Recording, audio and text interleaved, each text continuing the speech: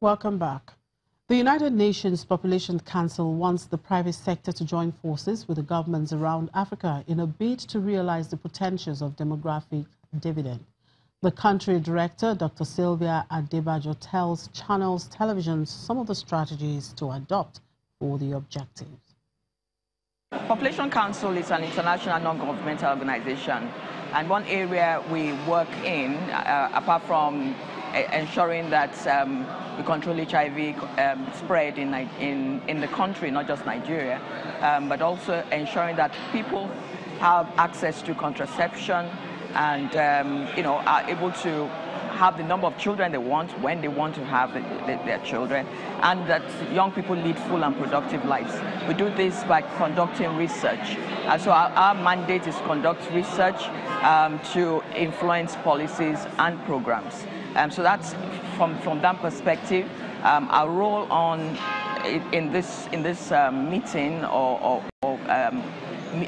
program is actually the interest in ensuring that Nigeria has quality population, that has access to care, access to healthcare services, access to family planning services, access to prevention, services, and education, and quality life, at the end of the day, so that they're productive and then, with good life expectancy for the future. And what will you consider as the best strategies to bridge the funding gaps? Well, one very important aspect of today's event really is to bring to the table the role of the private sector. As I've always said, the government cannot achieve economic growth in a country all by itself, and donors cannot do it all by themselves. We need the role of the private sector, and that is what this meeting is all about: to bring the private sector, engage the private sector, and bring them to the table to discuss. There are quite a number of gaps, in the healthcare service delivery, gaps in education, gaps in job creation, and so on. Government has tried, but through the successive governments that we've had, we find that there are huge gaps that need to be met. And how do we do this? Through the private sector. And so we're hoping that one of the objectives of today's meeting is actually to ensure that the private sector understand what those gaps are and how they can best fit and meet those gaps. They're trying, but that's the private sector. But it's just that what happens, as always, is we all have different groups, doing different things, and working in silos. But how can we coordinate? How can government better coordinate all the efforts, towards harnessing demographic dividend in Nigeria? And we're hoping that if we have all the key players, playing their roles, each playing their roles, there will be a coordinated effort towards harnessing demographic dividend in Nigeria. But are there major recommendations or solutions being profiled that you think should be adopted for this purpose? First of all, we need the policies in place, and truly there are policies. But the first thing is to increase awareness of what those policies are, and how best to engage the private sector to participate in the various sectors. And when we talk about the sectors, all sectors are important, but then education is an important one. Health care service delivery is another very important one, because without, and they play a reversible role where education is important for health and economic growth. Health is important for economic growth. Without a healthy workforce, you can't have increased economic growth or accelerated economic growth. And without health, you can't have people who will be well educated for the next few generation.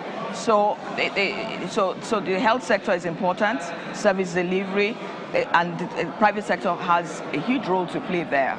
starting from creating demand and then the supply side, ensuring that commodities are made available and so on, and then the quality services are provided.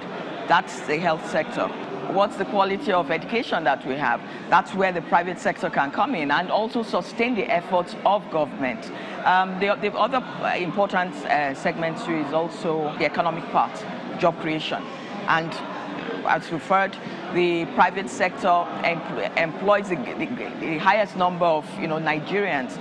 They can actually create healthy environments for job creation for the masses, and not just that, but also to sustain it.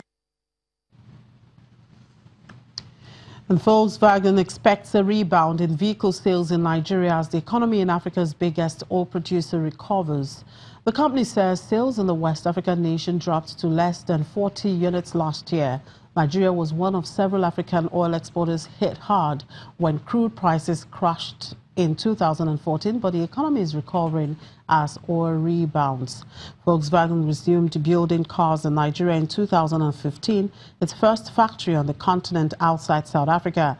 The company is set to start producing models including the Polo, Passat and Terramont at an assembly plant in Rwanda next month. And Canada-listed junior miner Thor Explorations aims to bring Nigeria's first large-scale gold mine online in early 2020 as the West African country seeks to diversify its economy away from oil and gas. Following the commodity price crash of 2015-2016, the World Bank in April 2017 said it was providing funds to help the Nigerian government develop its neglected mining sector. Projects on the way include Thor Explorations' Sajlor Gold Project, located in Osun State, which CEO Segun Lawson says aims to produce gold in the first quarter of 2020 and has probable gold reserves of around 500,000 ounces. Mr. Lawson bought the Sajlor project in 2016 for $3.1 million in cash plus 6 million Thor shares.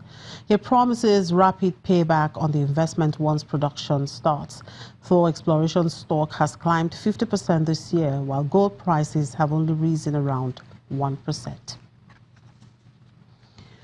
And finally, Algerian state energy company Sonatrach will focus on petrochemical deals to reduce the North African country's fuel imports while boosting revenue. Last week, Sonatrach said it planned to buy ExxonMobil's 175,000 barrels per day Augusta refinery in Sicily, Italy, and on Friday it signed a $1.5 billion deal with France's Total deal to build a polypropylene plant in Algeria. The OPEC oil producers' oil and gas revenue amounted to $33 billion last year, compared with $60 billion in 2014 before crude's protracted price slump. And that's it on the program. Thank you very much for watching. I'm Chimizi Obi Iwagu.